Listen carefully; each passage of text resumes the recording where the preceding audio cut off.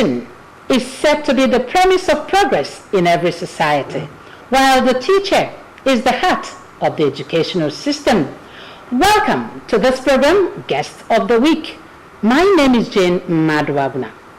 My guest on the program today is a teacher who rose to become the principal in her time.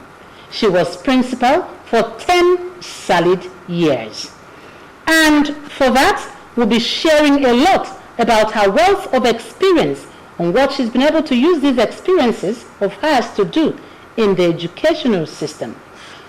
Now, a quick look at her educational background shows that she attended a mission school, precisely Anglican Secondary School at Alo, and she came out with grade 1. Then she went forward to go to Alvan Ikoku College of Education, Owerri. This was in 1976 for her NCE, and she came out with distinction. She had a BA Hons in Education and French language, and also in Literature and Civilization in 1987. She has 2 master's degrees to her credit. The first is in Educational Administration and Planning at the University of Nigeria, Nsukka. This was in 1996. And the second in French Translation in 2006. This was also at the University of Nigeria, Nsukka. And for my guest, she has this love for French. And for that, she also acquired this specialist certificate in 2004. She'll be telling us a lot about herself and her contribution to the society via all the things that she studied. We will take a break. When we return, it will be time to meet my guest. Don't touch the dial.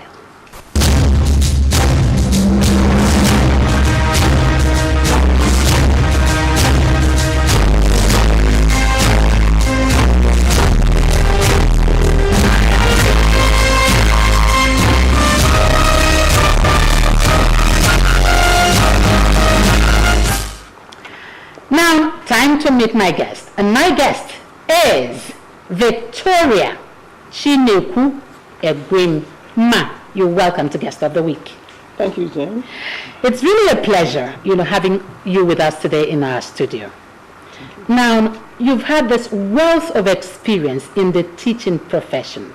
You rose in the cadre. We used to hear growing up that the rewards of teachers is in heaven. And I don't know if it is still the same thing today. With 10 years of experience as a principal, I'm sure you spent over 30 years in this teaching profession. You'll be able to tell us precisely how many years. But tell us really, the reward of teachers, is it still in heaven, or are things better for the teachers? Thank you very much, Christian. Generally, things are better for the teachers. But the origin of that saying is the fact that there's no amount of money that one can pay a teacher to cover the work they do. The teachers do a lot of work in the life of students. Even sometimes it extends to the family. Yes, that's why that saying is there. And the teacher's reward is in heaven, because nobody will be able to pay the teacher for the work they do in any given situation. Really, nobody can pay a teacher for the work that they do. Now, let's quickly take a look at your teaching profession and the major contributions that you made in this teaching industry.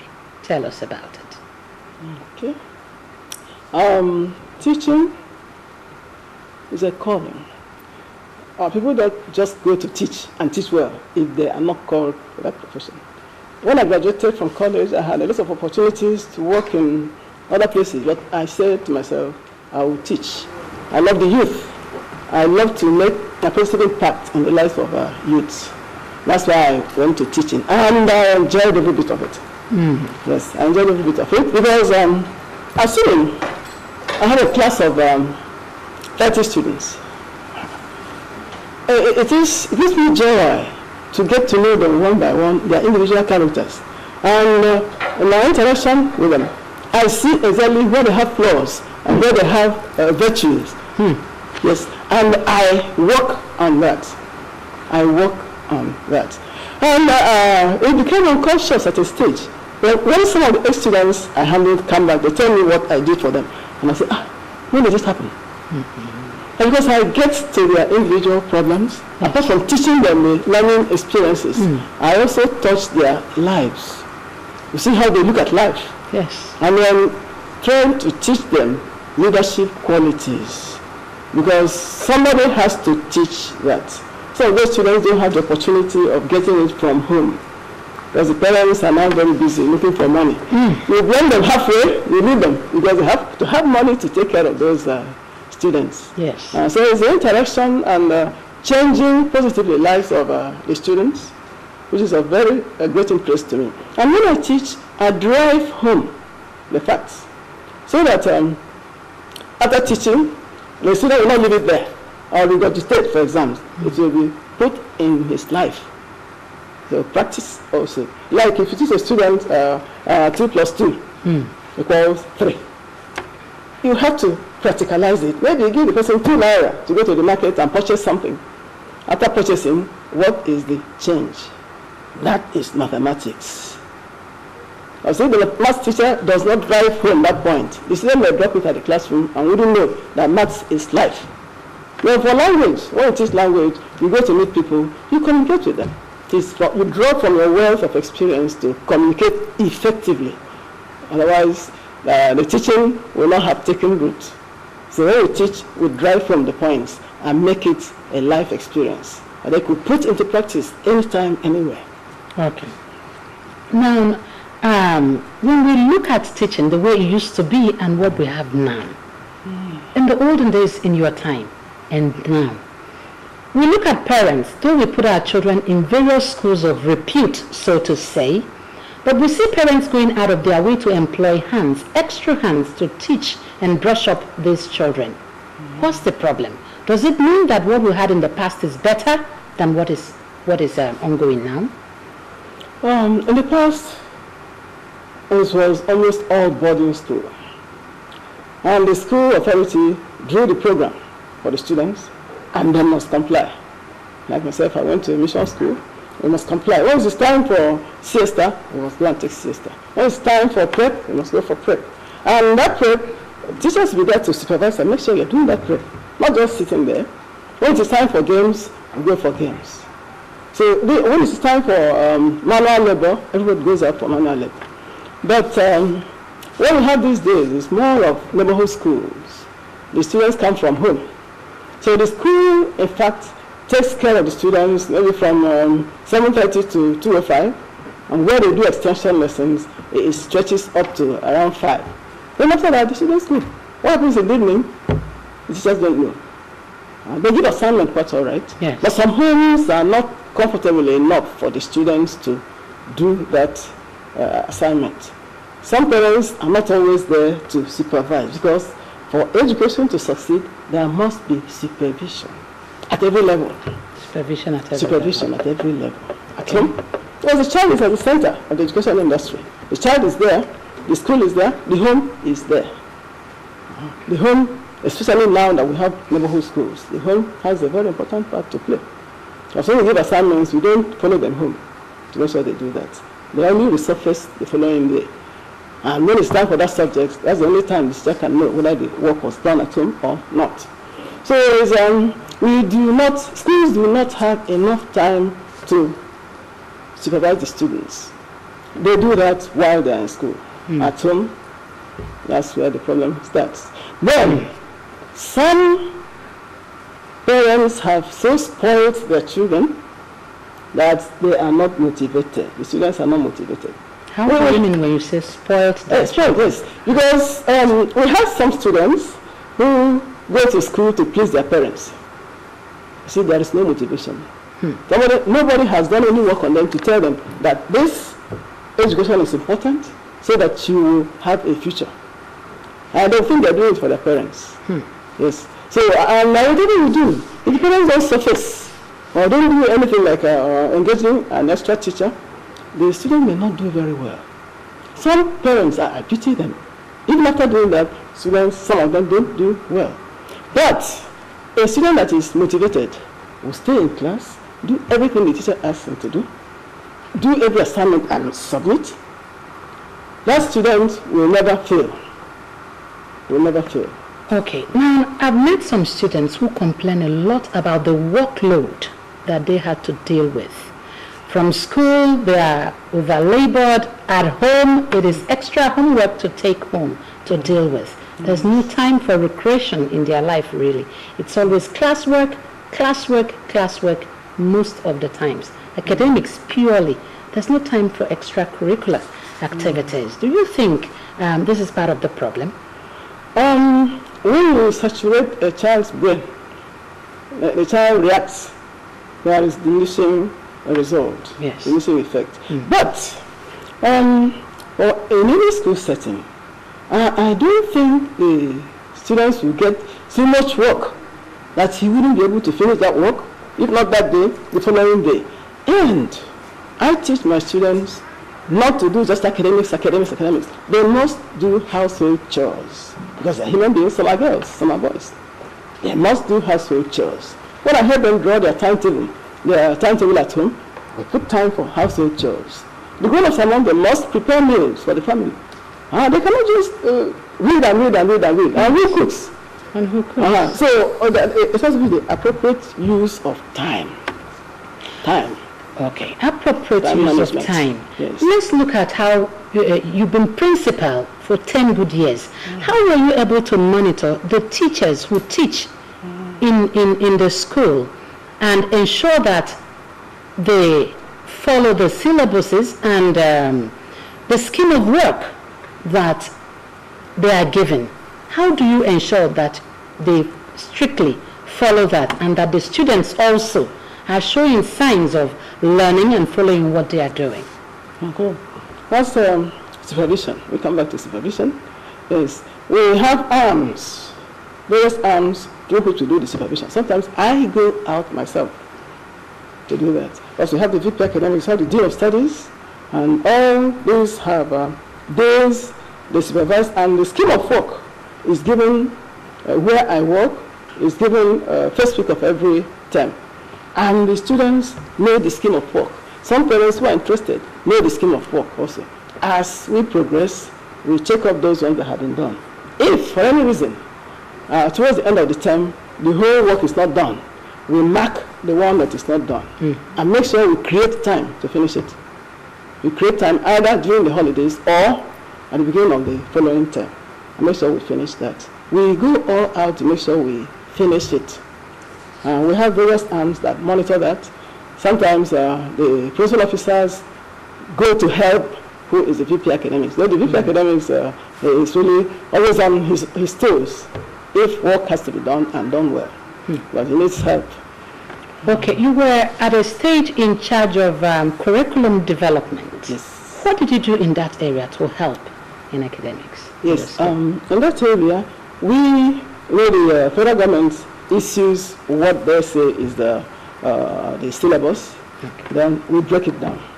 Then we look at it ourselves. Sometimes we go to private schools to see whether they have anything extra to add. So we pull from every area to make our own robust. Then we also by ourselves, my committee, we will always think of what those students will need extra. And we have to incorporate that and ensure that it is taught in a normal learning environment in those areas so that we make sure we give them what they need. It's centrally organized, but we'll do some work on it to make sure it serves our purposes. Okay, how were you able to deal with the issue of science subjects? Most times you hear there are a few of them handling these science subjects. Students are ever afraid of mathematics. Is it physics or chemistry? It's always a problem.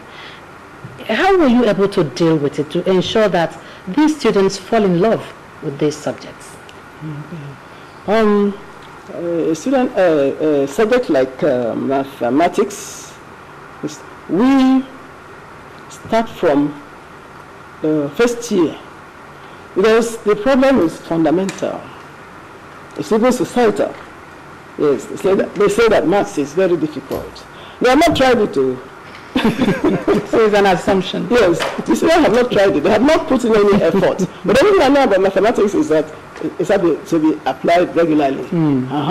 If it's applied, if it is done regularly, they develop love for it. We select those students who didn't do well at the entrance examination level. We pick them. Some of them will do very well in English language and even in social studies, general paper. But mathematics, they might get 10/50 there. So we pick those ones and then give them the fundamentals of primary mathematics in the secondary school. Okay. Yes. And after doing that, we get more than 75% success. The other ones are failures. And after every promotion exam, we will select those who did not have up to 45% and give them what we call remedial lessons. Some students who even passed will come because we deal with the fundamentals there. Those remedial lessons. Remedial lessons. We find out what is the hub of mathematics that gives problem to students. That's what we teach in those remedial lessons. So some students even opt to take part even when they have passed. Okay. We succeed. It will never be 100% success, but we made impact. You've done a lot of professional presentations, paper presentations, and you picked various topics really for these presentations. First, what prompted them, and what impact did these presentations make in the society? There are a few really that I'll pick out. Something like there was one I saw about the negative impact of the social media, and I started wondering, is it all about negativism in the social media? But really, what prompted these professional presentations that you did through the years? Yes, I deal with youth. Yes. And there have been numerous cases of where youths abused themselves or were abused because of the social media. They didn't apply the experience very well. Social media is wonderful. The positive effect is more than the negative, but the negative could be destructive. That's why I harped on that. Or whenever I want to talk to them, I tell them, it's good. Social media is good. You get information. Yes, you can pass across information, you get knowledge, everything is there. But you have to be very careful about the negative effect because it could be destructive. What major things did you think you were able to put into the educational system that helped to improve it within the period you were there in this educational system? Yes. One is I taught those under me to take teaching as a career and take the future of whoever is entrusted in every year into consideration while doing whatever they are doing.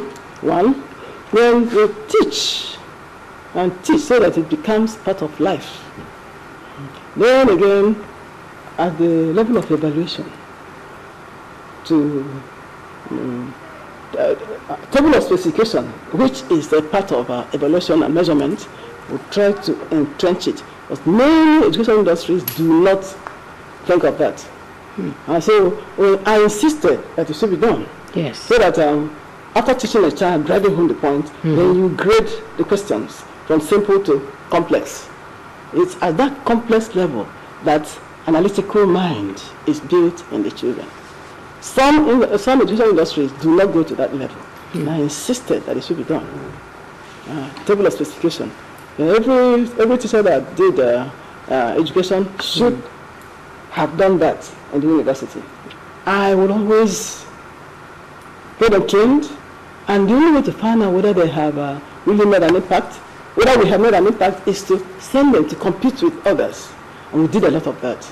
And they brought back a lot of laurels. For example, there's a bus that the students are using now. It was won by a student. You know, a text mania competition in Lagos. And also won a library for the school. Wow. Yes, a bus and a library. And then huge sums of money for them. 30 years of experience in teaching, being a principal for 10 years. What major challenges did you face and how were you able to deal with them? The challenges, one, administration is not an easy task. Because there's nothing as complex as human beings. So the challenge is how to harness. And these individuals have a lot of goodies, I would say goodies, and a lot of talents in them. Yes. Anyway, so everyone has something good in them. So it is discovering that something good and then harnessing it for goal achievement. That was a task right from day one. And I think I managed well to harness it. And that's why we are succeeding, doing well. I managed to do that. That's the most difficult task, getting the capabilities of individuals, harnessing them for goal achievement. Two major objectives of secondary education. One, prepare them for useful living in the society. And second, prepare them for higher education.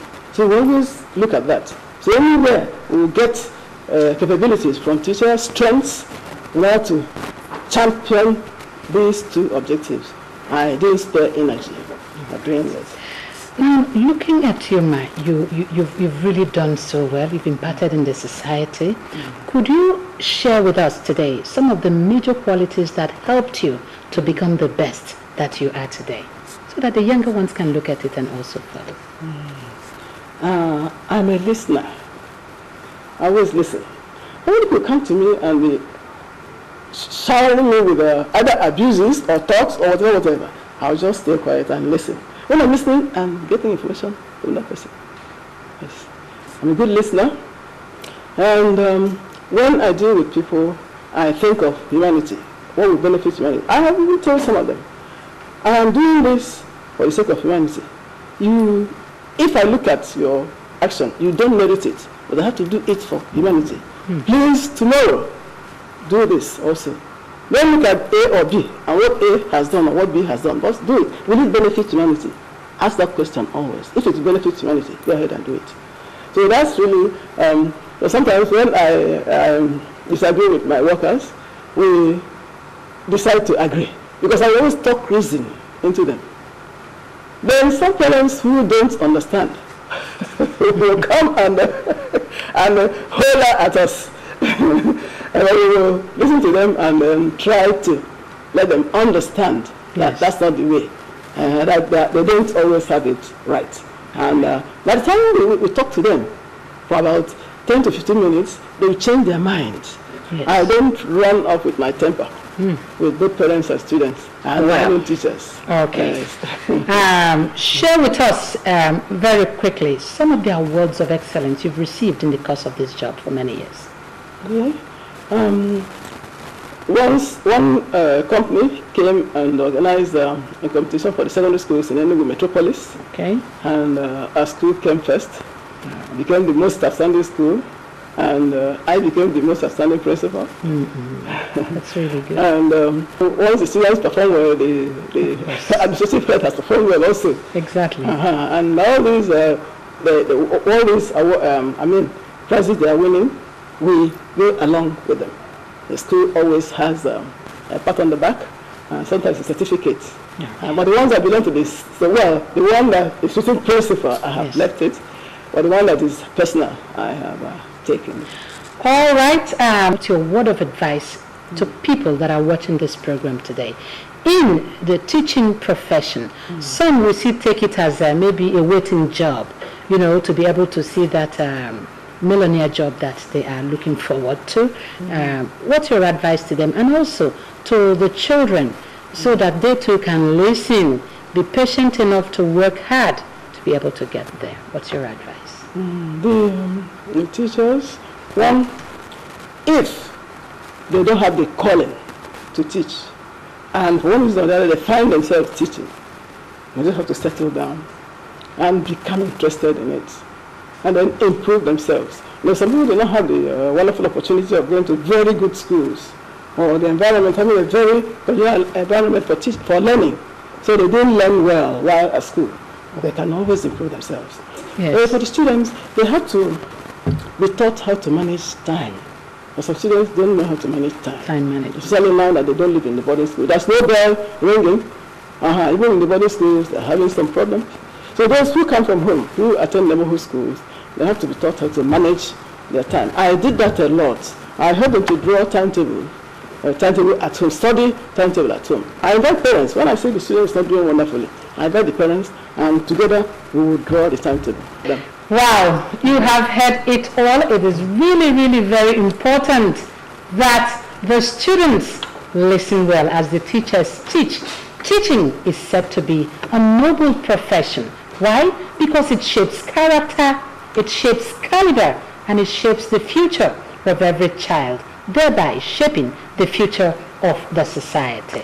If we do what we are supposed to do as parents, after the teachers have played their part, parents, we need to work harder to monitor our children, ensure that they keep to time in things that they do so that they will come out better. I want to thank you so much, Ma, for coming on this program, Guest of the Week. My guest has been Victoria Chineku Egwim.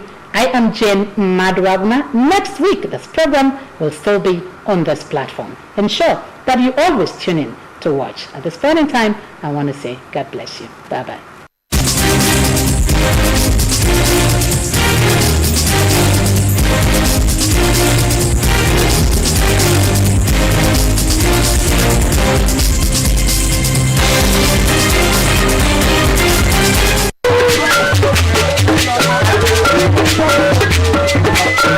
Ozi adịgboroja ebutala agha na ọtụtụ mba ụwa.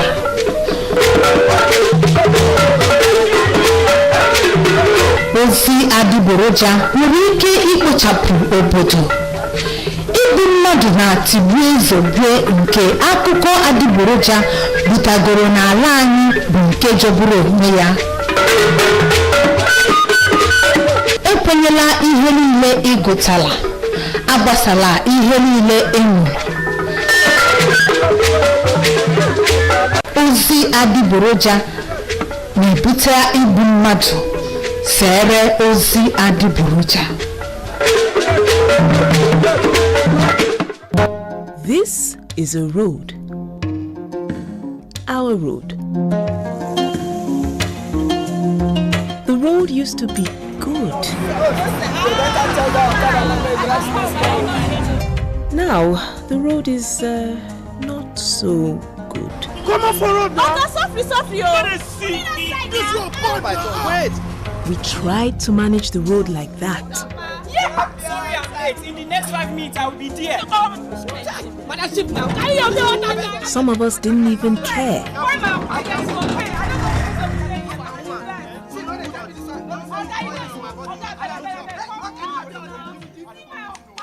But there are other options.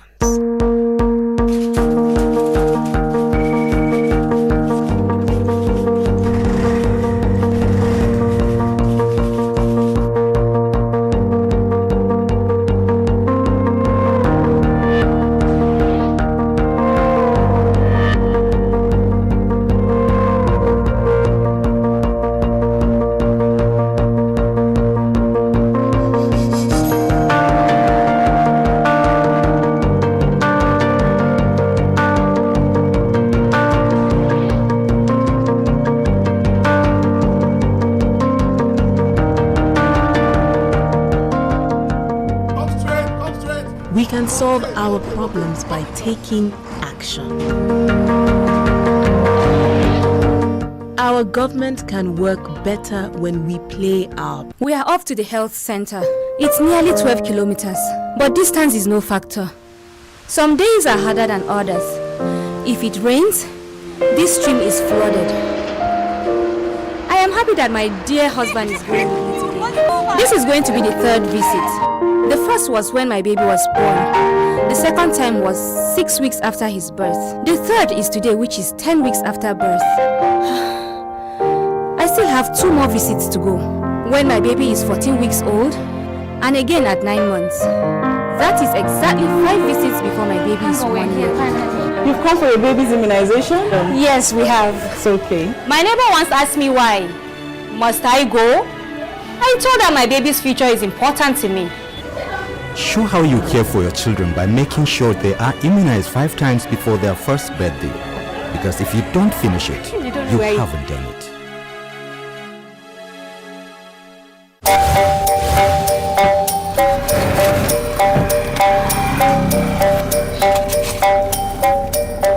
just want a purpose, please. Sir.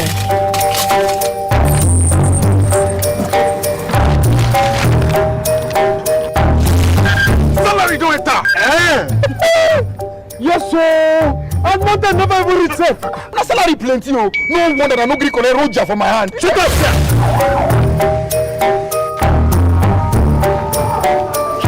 I'm here to bail my younger brother.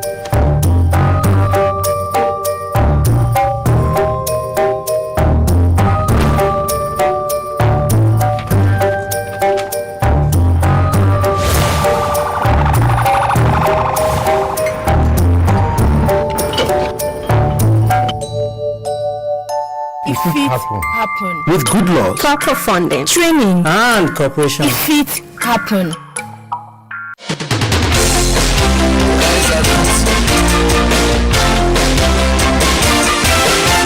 NTA Parliament is a dedicated 24-hour channel that broadcasts the activities of the Nigerian Senate,